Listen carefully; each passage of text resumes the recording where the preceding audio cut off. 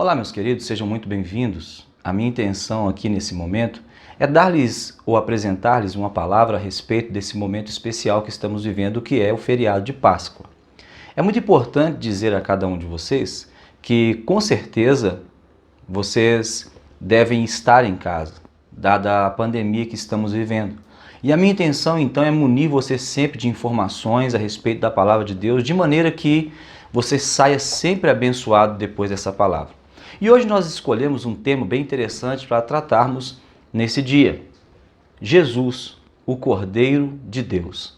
Certamente você já falou, já ouviu a respeito desse texto, que é um texto onde João, o Batista, ele menciona essa frase: eis o Cordeiro de Deus que tira o pecado do mundo. E é sobre isso que eu gostaria de falar para você hoje.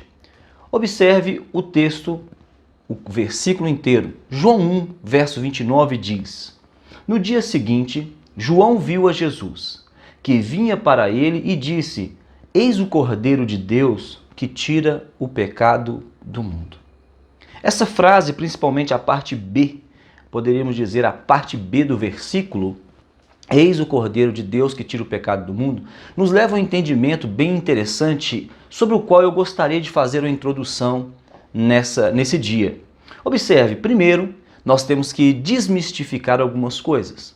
Algumas pessoas pensam que Páscoa é uma data comemorativa, uma data comercial, uma data católica, uma data de santo. Páscoa não tem nada a ver com isso. E eu precisaria então primeiro mostrar para você o procedimento instituído por Deus sobre a Páscoa. A Páscoa foi instituída no Êxodo, enquanto ainda o povo de Deus estava preso no Egito, e o Senhor então deu uma ordem e disse a Moisés e a Arão que mataria todos os primogênitos do Egito. E para tanto, Deus decidiu poupar os filhos dos hebreus. E o que ele pede para esses homens? Olha, cada família deverá matar um cordeiro. Esse cordeiro deverá ser comido no 14º dia de Nissan. E decidem então, olha, mais do que isso, vocês devem pegar o sangue do cordeiro e salpicar esse sangue do cordeiro em todos os umbrais da casa. Isso é a Páscoa. E vocês deverão lembrar dela eternamente. Foi assim que Deus instituiu, dessa maneira, tanto o termo quanto o procedimento. Páscoa vem do livramento, porque a palavra Páscoa vem do hebraico que é Pessah, o Pesach, né? Como está escrito com CH no final, Pesach. E essa palavra Páscoa significa passar por cima, passar de largo, pular, saltar, passar pelo lado. Tudo isso significa a palavra Páscoa. Portanto, Páscoa é um livramento de Deus. Sendo assim, você já conseguiu entender a instituição da Páscoa. Páscoa, então, foi uma festa de livramento em agradecimento a Deus pelo que ele fez, um procedimento ditado por ele mesmo, ok? Não menos importante, quando nós vamos para o capítulo 1 de João, do Evangelho de João, nós vamos perceber que esse capítulo é extremamente importante para nós. Primeiro porque logo no início do capítulo, no verso 1, João traz uma revelação poderosa a respeito do próprio Messias e do seu ofício.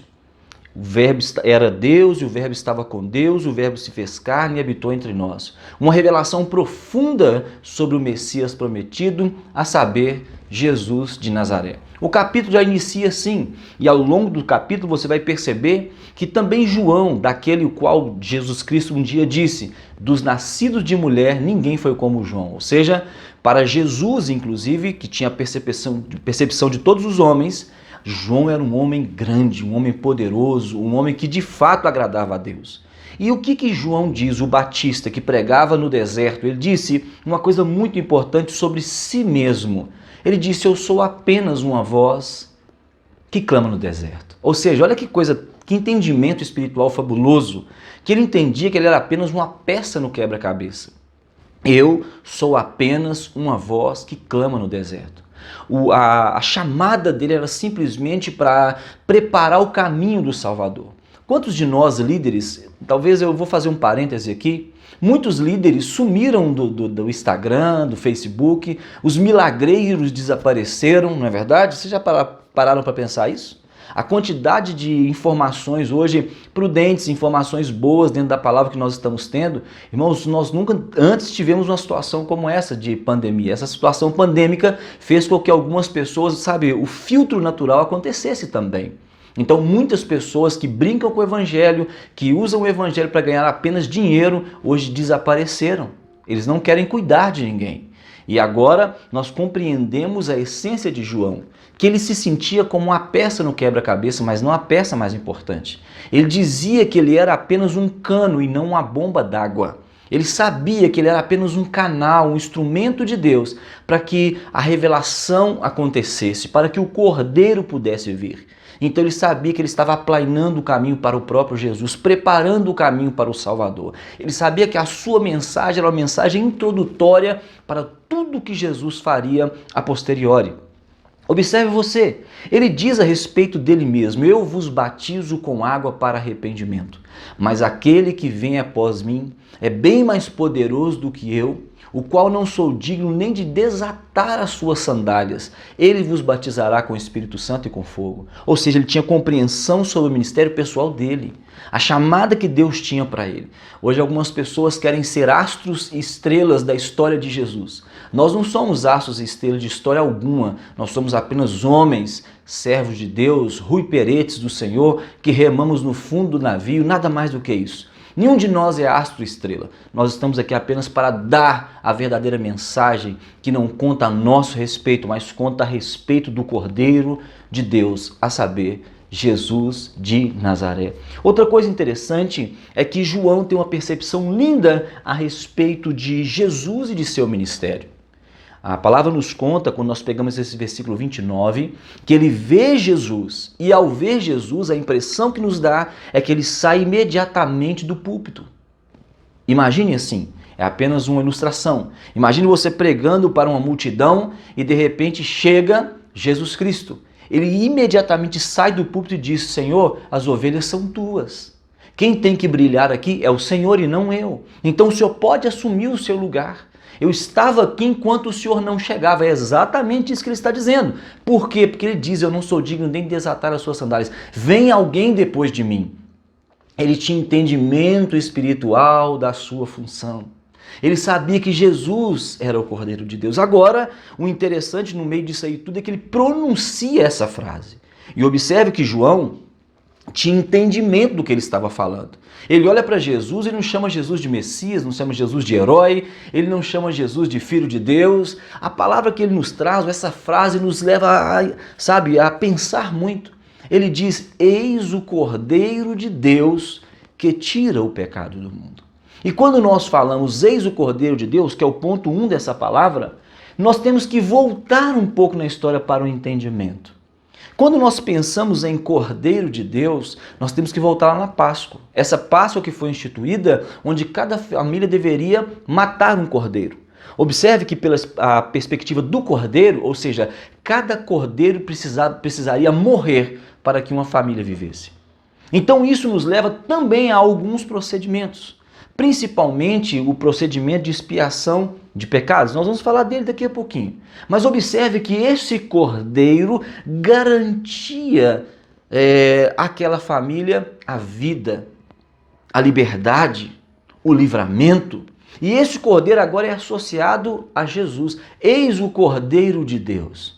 Está aí o cordeiro que será sacrificado no lugar de vocês. Eu quero dizer para você, meu amigo e minha amiga que está assistindo agora, você que me ouve, e uma coisa muito interessante. Eu não sei como é a sua vida, que tipo de pecado você pratica, onde é que você está, se você está imerso ou não numa vida pecaminosa, mas uma coisa eu sei.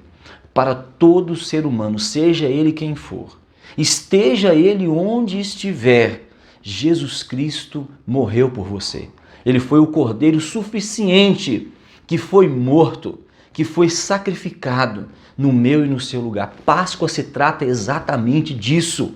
Alguém, um cordeiro morreu no nosso lugar e por isso nós recebemos um livramento. Por isso o anjo da morte passou, por isso o anjo da morte saltou, por isso nós fomos libertos, nada mais do que isso. Você pode sim pegar um ovo de Páscoa e celebrar com a sua família, mas não porque exista, sabe, um coelhinho da Páscoa. mas porque existe um cordeiro da Páscoa, um cordeiro pascual, que lhe trouxe para uma vida nova, que te deu o direito, amém, ao céu, de ser chamado como filho. No ponto 2, nós vamos enxergar uma coisa muito interessante. Vamos voltar? Ponto 1 e ponto 2. O ponto 2, vamos passar direto. O ponto 2 vai falar sobre eis o Cordeiro de Deus que tira o pecado do mundo. Quando nós estamos falando sobre tirar o pecado, isso é uma frase muito forte. É uma opinião muito forte de João. Olha, quem poderia tirar o pecado do mundo? Quem poderia vencer o pecado, entende? Se todos nós, a palavra do Senhor diz que todos pecaram e destituídos ou separados estão da glória de Deus, isso mostra que nós já nascemos de uma raiz pecaminosa desde Adão. Mas agora, volte um pouquinho na história comigo. Quando o homem falha dentro do Éden, o homem falhou dentro do Éden. O Senhor agora, ele vem dando as punições para cada um daqueles que participaram dessa falha. Homem, mulher e serpente.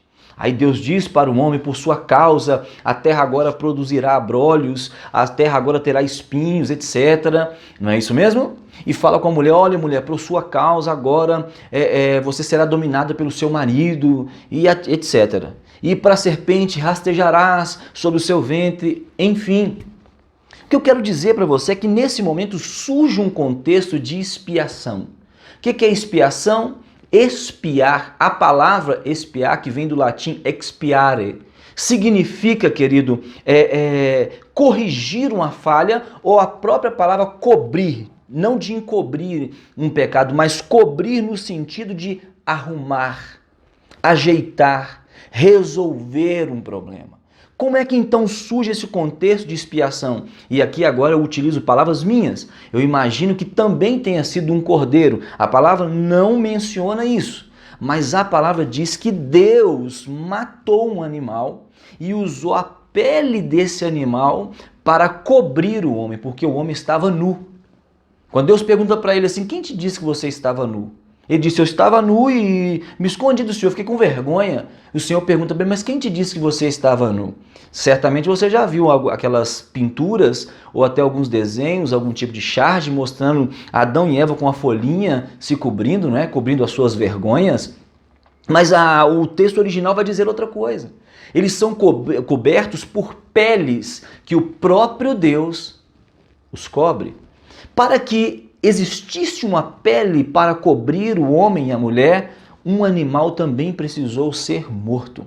Então logo eu digo para você que o primeiro sacrifício foi feito por Deus. Então logo eu digo para você que o primeiro sacrifício, a primeira oferenda nesse sentido, para que o homem fosse salvo, para que o pecado, o erro do homem fosse expiado. Interessante que toda vez que alguém morre, toda vez que alguém peca, alguém tem que morrer. Ainda que seja uma morte substituta. Então, quando o homem pecou, Deus matou o animal e o cobriu. Olha que coisa fantástica. Então, para que Adão continuasse vivendo, Deus matou um animal. E eu creio que foi um cordeiro. Agora, eles saem do Éden, o tempo passa, não é verdade? E eles estão no contexto de Egito.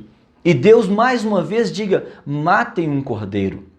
Um cordeiro por família. Mais uma vez, um cordeiro será morto para que a casa receba livramento.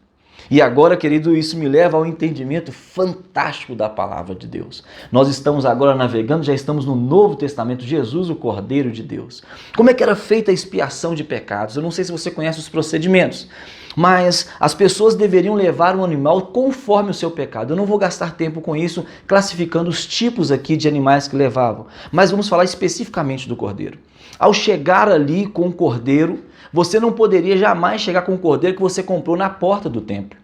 Para que você oferecesse um cordeiro, você precisaria ou que esse cordeiro fosse nascido na sua casa, ou que você já o tivesse comprado há mais de 2 anos. Para que criasse um vínculo. Por que esse vínculo? Para que esse vínculo levasse a você o entendimento de que alguém estava morrendo, substituindo você no seu lugar. E agora, veja bem que no procedimento da expiação de pecados, o sacerdote colocava as mãos. Mão na cabeça do pecador e mão na cabeça do sacrifício. Ou seja, mão na cabeça do pecador e mão na cabeça do cordeiro. E agora ele fazia uma oração transferindo o pecado desse homem, a falha desse homem para o cordeiro. E depois que transferia-se o pecado, as falhas para o cordeiro, imolava-se o cordeiro, matava o cordeiro. E no momento que aquele sangue era derramado, significava que o seu pecado foi perdoado. No caso de holocausto, aqueles animais que eram queimados, não é isso? Quando subia a fumaça, o seu pecado estava perdoado. Mas alguém precisou morrer substituindo você. E agora é por isso que eu volto aqui, Jesus, o Cordeiro de Deus. Ele morre na sexta-feira da paixão, que nós dizemos assim, de 9 até as 15 horas, ele fica na cruz sofrendo, padecendo pelos nossos pecados. Mas agora num contexto de Novo Testamento, volto no texto, João 1,29, João Batista olha para ele e diz: eis o Cordeiro de Deus, ele está aí. Eis o Cordeiro de Deus que tira o pecado do mundo. Ou poderíamos dizer, eis o Cordeiro de Deus que vai extirpar o pecado do mundo. Você diz, mas nós pecamos até hoje. Sim, nós pecamos. É verdade. Mas isso não muda o contexto, pelo contrário, fortifica ainda mais a frase de João e o ministério de Jesus. Porque Jesus agora, querido, ele substitui-nos, como eu disse aqui na expiação. Ele vai substituir não um homem, mas toda a humanidade. Aqueles que ainda não nasceram, seus filhos se você não os tiver, seus netos se você não estiver, quantos homens nascerem na terra. Essa expiação de pecados, esse cordeiro, esse sangue derramado alcançará as diversas gerações da história. E agora o pecado de todo esse mundo será colocado nas costas desse homem, o Cordeiro de Deus, Jesus, que morrerá por mim e por você. E ele vai até o final. Ele sofre, ele sente como homem a dor o peso desse pecado. Ele diz: Pai, se possível, passa de mim esse cálice sem que eu beba dele. Mas contudo, faça a sua vontade. E o Pai fez a sua vontade. Ele chega ao final na cruz do Calvário, ele é morto, o seu sangue é derramado por nós. Mais uma vez o sangue do Cordeiro nos salva, nos livra. Mais uma vez o Cordeiro morre no nosso lugar. E o tempo passa e Jesus ressuscita ao terceiro dia, no domingo, o chamado domingo de Páscoa. Querido, então eu quero dizer para você que esse domingo então não simboliza para mim e para você ovos de Páscoa, mas esse domingo simboliza ressurreição do Cordeiro de Deus que tirou o pecado do mundo. Seu pecado está perdoado em Jesus. Há poder no sangue de Jesus, na morte de Jesus, no sangue derramado para alcançar e expiar o seu pecado. Nós não precisamos mais de um sacerdócio, nós não entramos no templo mais com animais nas nossas costas para serem imolados, porque esse Cordeiro de Deus, uma oferenda do próprio Deus, ele é tão forte, ele é tão puro, ele é tão significativo que ele consegue limpar o pecado da humanidade de todos os tempos. Aleluia. Isso mexe e move o meu coração, porque esse Jesus poderoso morreu por mim e por você, e ele não tinha culpa. Eu fiz questão de colocar nos slides essas ovelhinhas lindas, esses cordeiros bonitinhos. Foi imolado e a palavra do Senhor diz que ele foi como um cordeiro mudo para o matadouro, sem chorar, sem reclamar. Quem conhece, já cuidou de ovelha, sabe que quando você pega uma faca para imolar uma ovelha, para matar uma ovelha, você olha para ela, ela não berra, ela não faz nenhum tipo de som. Você pode pegá-la e degolá-la, que ela não vai fazer nada. Por isso que Jesus era o cordeiro mudo, ele não questionou, pelo contrário, ele disse na cruz: eles não sabem o que fazem, meu Pai, eles não sabem o que fazem. Mas eu te convido nesse dia de hoje a pensar na Páscoa, sobre o verdadeiro significado da Páscoa. Eu não quero ser aqui existem algumas pessoas que são radicais demais e se tornam fanáticos. Há a data comemorativa de Páscoa, que é uma data comercial também. Eu quero dizer que se você quiser comprar ovos de Páscoa para os seus filhos, compre. Quero dizer que se você quiser comer bombom, come. Se você quiser comer, peixe, mas entenda o real significado. O real significado da Páscoa é que um dia Jesus, o Cordeiro de Deus, foi morto, derramou o seu sangue, mesmo de maneira simbólica no Egito, mas agora no Novo Testamento, para todos os tempos, para todos os séculos, Jesus morreu e nos deu livramento. Que o Senhor Jesus te abençoe com toda sorte de bênção. Que você seja impactado por essa palavra. Eu quero te convidar a orar comigo e que você possa transmitir essa mesma mensagem a outras pessoas. Te damos graças, Senhor, por essa pessoa que nos assiste agora.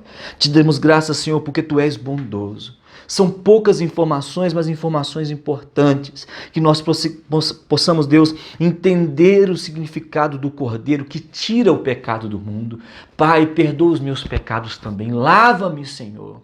Lava-me, Senhor, e poderei ficar limpo, porque o Teu sangue nos garante isso. Senhor, quando nós pensamos em Páscoa, nós pensamos no salto, no passar por cima. Nós pensamos, meu Pai, no distanciamento que tem de nós, meu Pai, os espíritos mortais. E agora nós entendemos que o Senhor é o nosso livramento. Quando nós pensamos em Páscoa, nós lembramos também do Senhor, do Seu livramento, da expiação dos pecados, Senhor. Do encobrir os nossos erros, meu Pai, de perdoar, de arrumar as nossas falhas. Meu Deus, eu te agradeço. E eu oro por essa pessoa que nos ouve agora e nos assiste em nome de Jesus. Deus abençoe você com toda sorte de bênção. Arcanjos que